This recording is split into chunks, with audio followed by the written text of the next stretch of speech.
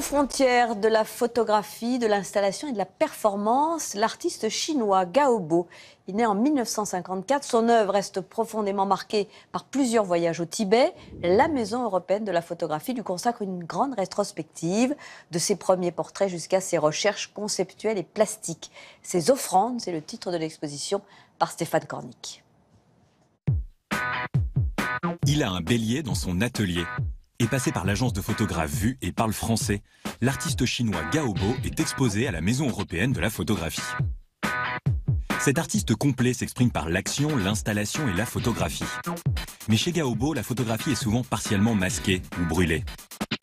Une œuvre dense et tourmentée qui manifeste des préoccupations sur la disparition, la mort et la renaissance. La rencontre avec Gao Bo est toujours un moment de pensée, de temps de réflexion, d'écriture, de discussion très, très approfondie et avec une immense exigence. Quelquefois très fatigant.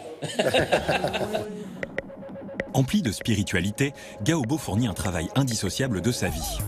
À l'âge de 20 ans, alors étudiant aux Beaux-Arts de Chongqing dans le Sichuan, il part au Tibet. Une expérience déterminante puisque plus tard, il utilisera ses photographies annotées en y ajoutant un autre matériau, son sang. Matière première. On est la matière première. Oui, c'est une sorte d'aquarelle avec du sang. Donc c'est mon sang. Je les considère comme une sorte d'aquarelle. Mais c'est beau en utilisant le sang parce que là, il y a une vraie couleur. C'est du vraie matière. Et en plus, tu peins dessus.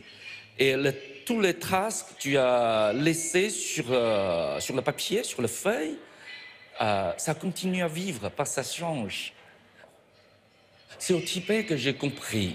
Pour comprendre la vie, il faut d'abord comprendre la mort.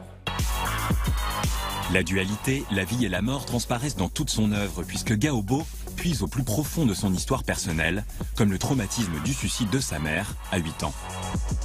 C'est cette pièce, cette toute petite pièce, il y a juste une toute petite photo de moi, j'appelle ça la source. C'est cette source qui m'a rendu envie de continuer. C'est cette source qui m'a rendu envie de dire quelque chose d'important. Apprendre à exprimer la disparition de sa mère, mais aussi celle d'Anonyme. En tant qu'enfant ayant grandi en pleine révolution culturelle, le petit Gao Bo a vécu les exécutions publiques, véritables spectacles populaires. Des hommes et des femmes auxquels il rend hommage dans une série. Plus tard, j'ai photographié ces hommes et ces femmes. Je voulais retrouver mon souvenir d'enfance. J'ai pu leur faire un sourire, leur parler des choses comme on le fait avec un frère ou à une sœur. La disparition, c'est vraiment évidemment le ressort de la pensée de Gao Bo. Il l'a vécu lui-même, enfant, de manière irrémédiable et très violente. En même temps, ce n'est pas une finalité. La disparition comme source donc, mais aussi comme processus, puisque les œuvres de Gao Bo sont rarement figées dans le temps. Cette œuvre, il était peint au jour du vernissage. Il va renaître l'image comme d'autres. Je vais la garder, je vais le nettoyer, je vais le faire renaître. Pour moi, c'est ça. Moi, il n'y a pas que la matière dans mon travail. Il y a l'action, il y a le temps. Mon travail, c'est comme un circuit. C'est jamais fini.